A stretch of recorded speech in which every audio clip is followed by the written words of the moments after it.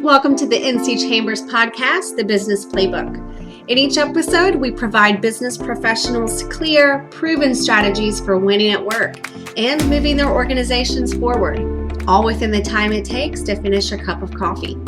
I am Emmy Boyette, and I'm happy to introduce my guest today, Kent Taylor, Global Director of Workplace Technology Design and Integrated Solutions at IBM.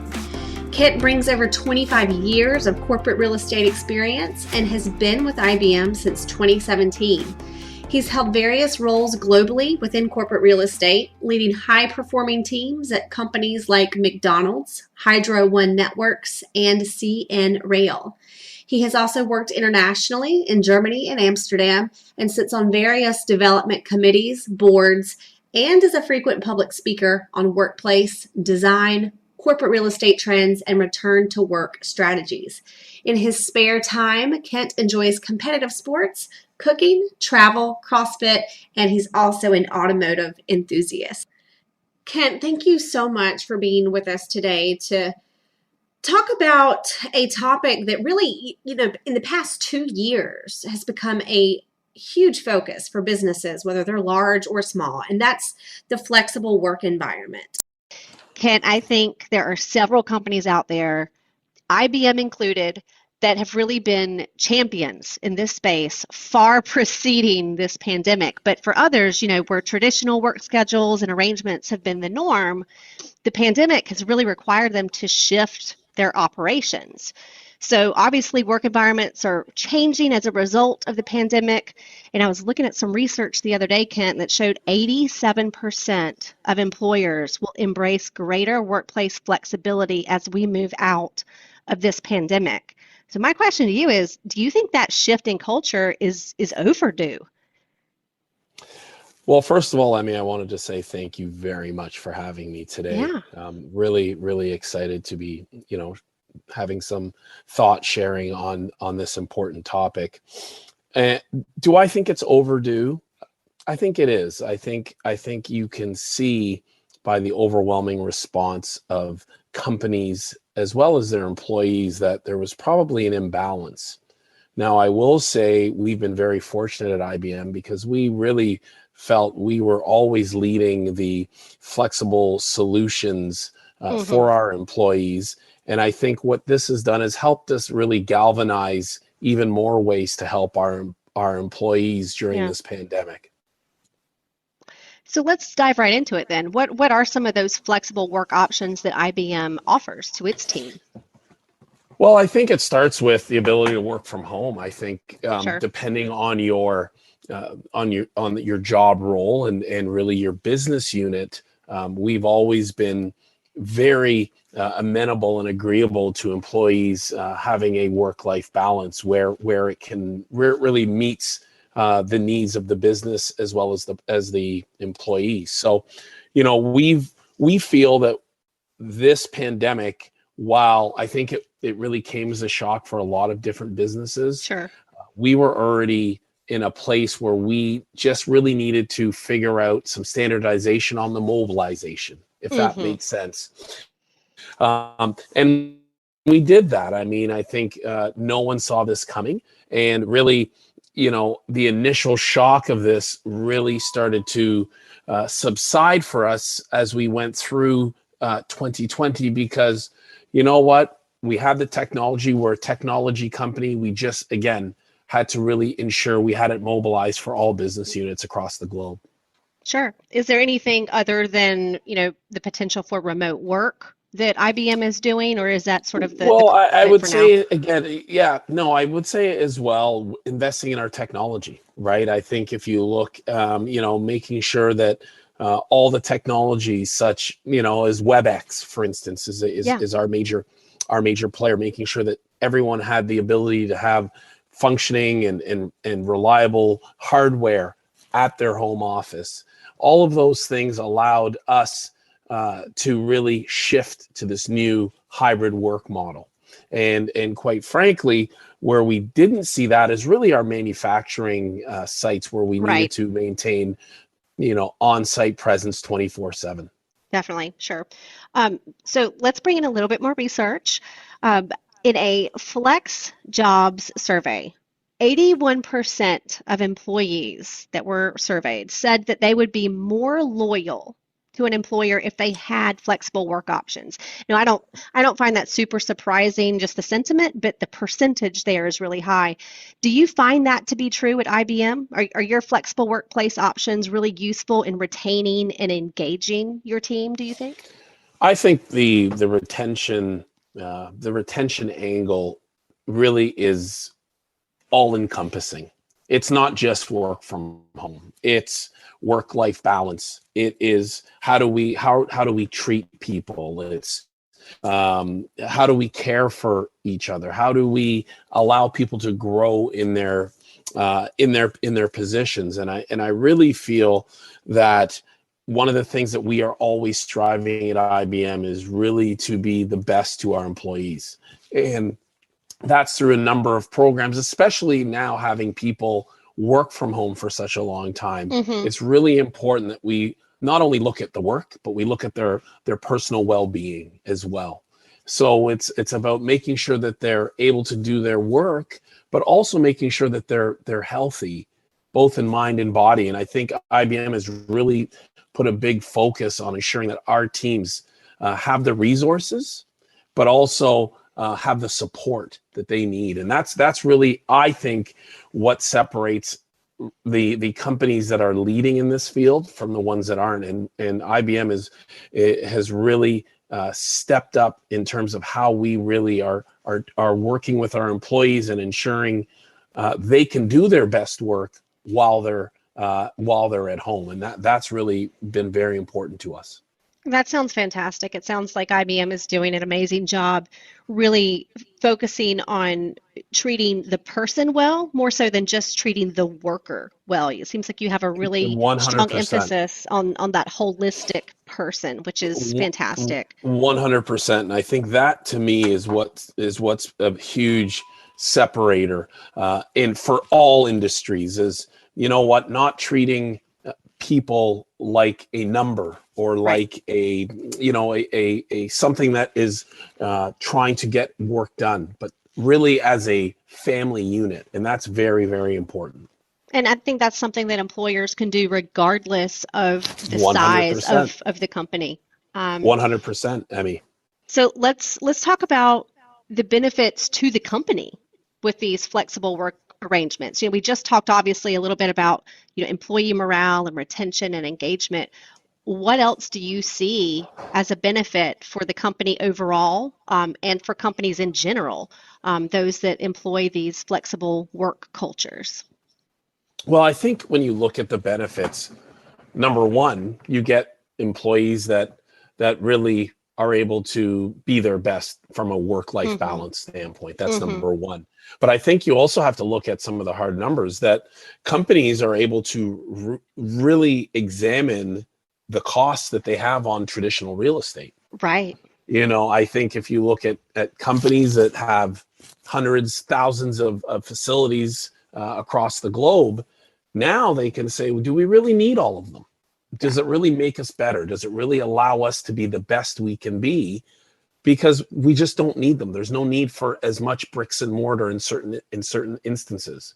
So I think right there, that allows companies to really focus in on what's important from a bottom line perspective.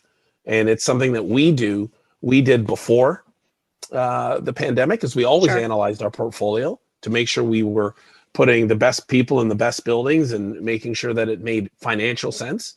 Yeah, and that's important for a data company like IBM. 100%. But I think what the pandemic has done is it has really mobilized the need to analyze this quickly and efficiently, because now no one was a large majority of the population was not in the office. Right.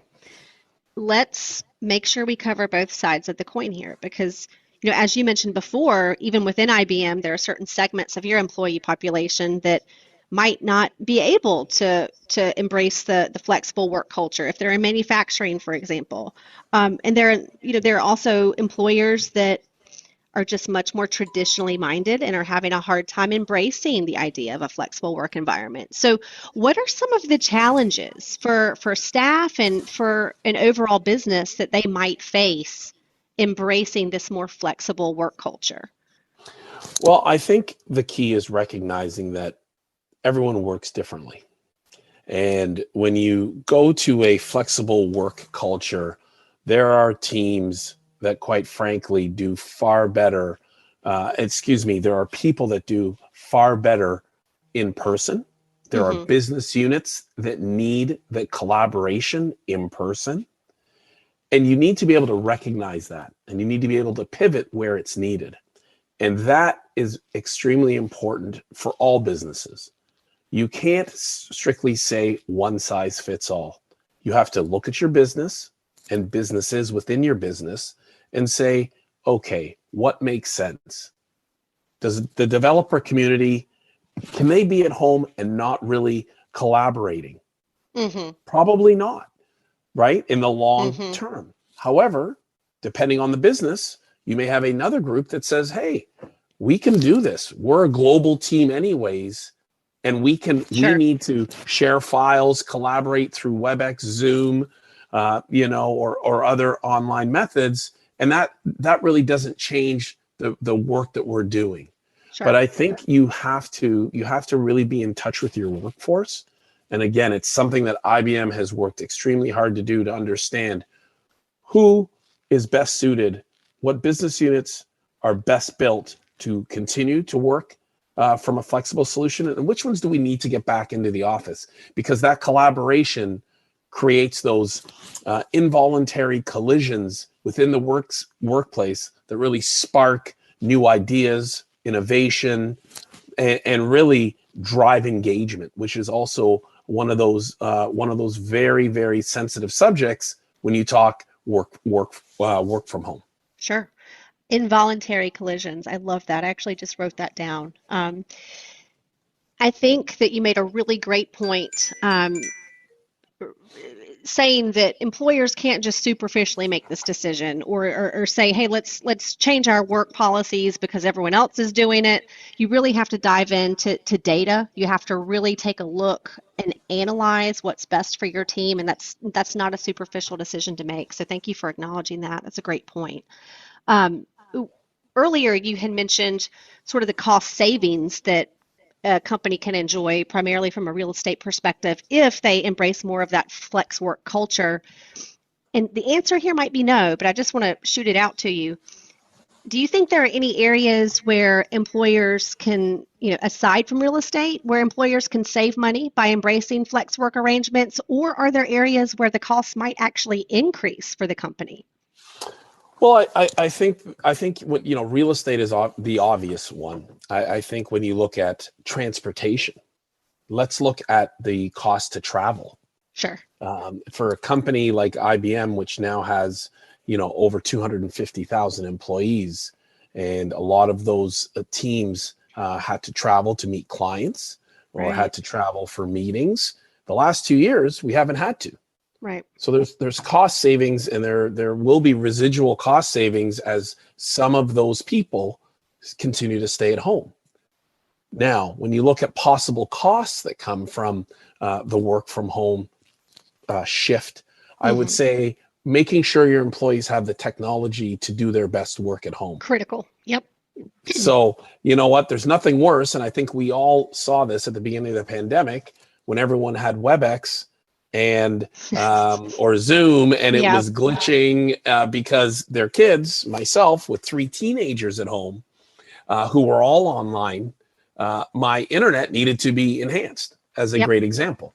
So I needed to get computer screens at home. I worked from my laptop at home, but really people had to start setting up home offices and making sure that they could do their best work while they weren't in the office. So that's a cost that had to be looked at, and has to be looked at for any company that's looking to do this. It's really company dependent, and you really have to look at your workforce and where you see it shifting, how long you see it shifting, and really the type of work that you're doing. That's a great response. I think that this entire pandemic has really been a rallying cry for widespread infrastructure improvements, particularly with broadband access. You see them so often in rural communities and underserved communities that it's something that's much harder to get access to. And just as a quick side note to those listening, plugging into your local or state, like us, Chamber of Commerce is a great place to start if you're wanting to be a part of that change, because I think having broadband access widespread to the point where it needs to be is critical in moving us forward as a state and in our localities as well.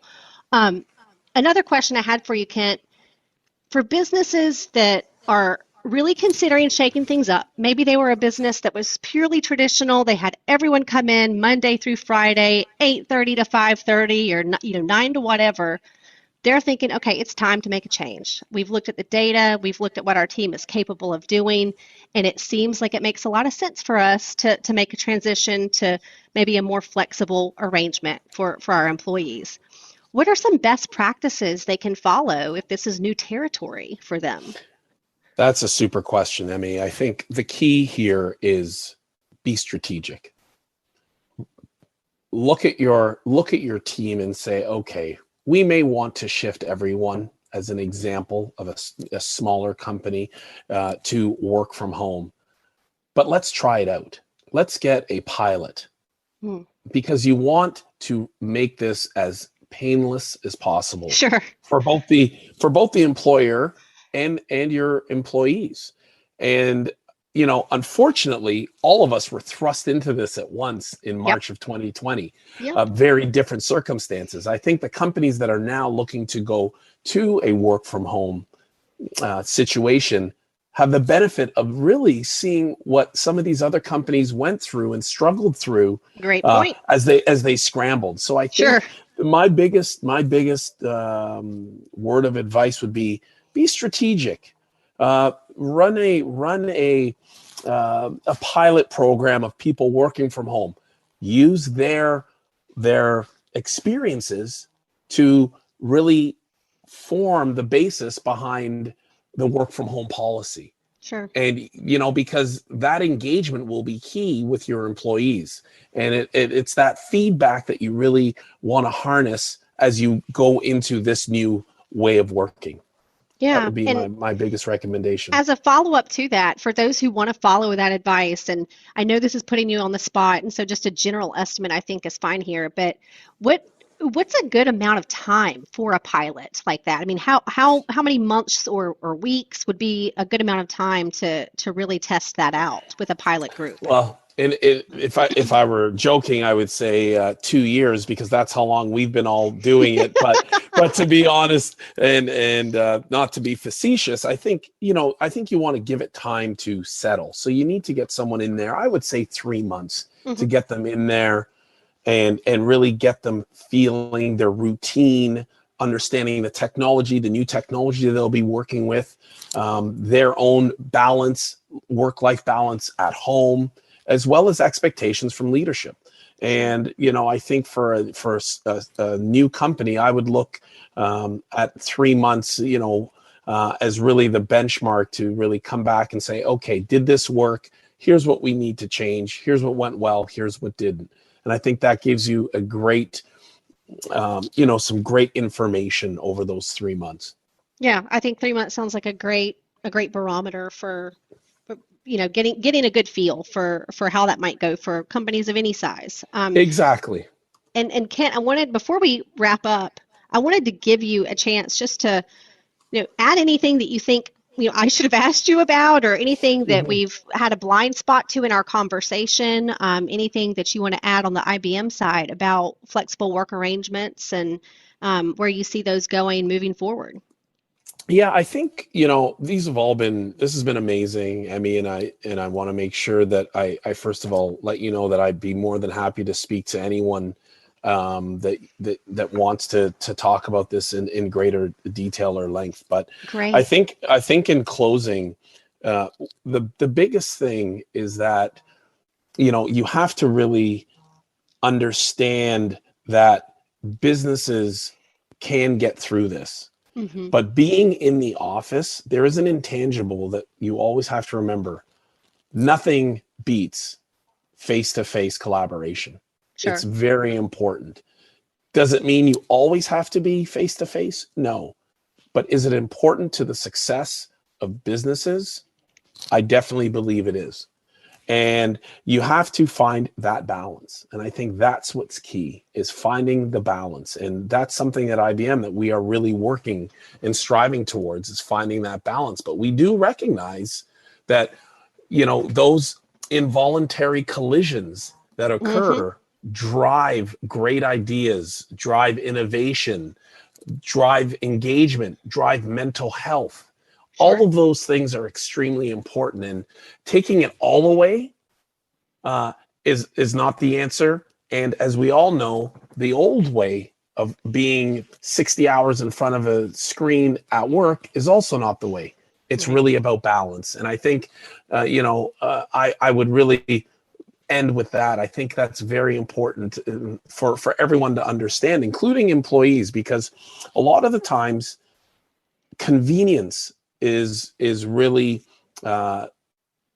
mixed up with efficiency.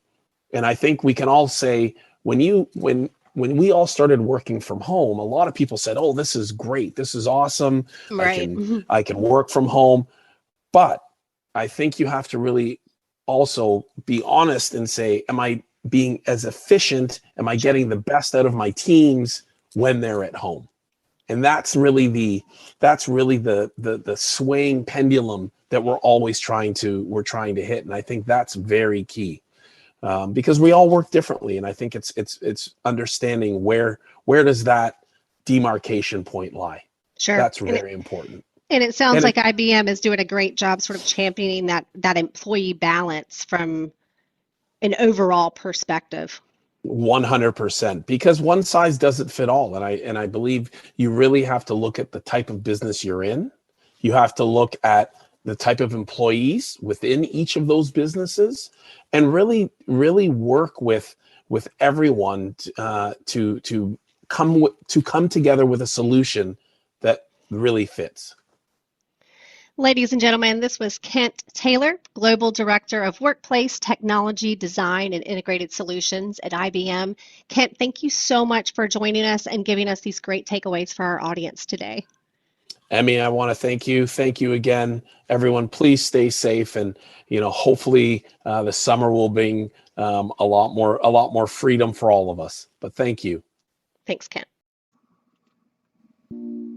Thank you for tuning in to this month's edition of the Business Playbook. At the NC Chamber, our mission is to research, develop, advocate, and communicate for solutions and policies that produce a nationally competitive business climate in North Carolina. For more information on how the NC Chamber can advocate for your business, visit ncchamber.com.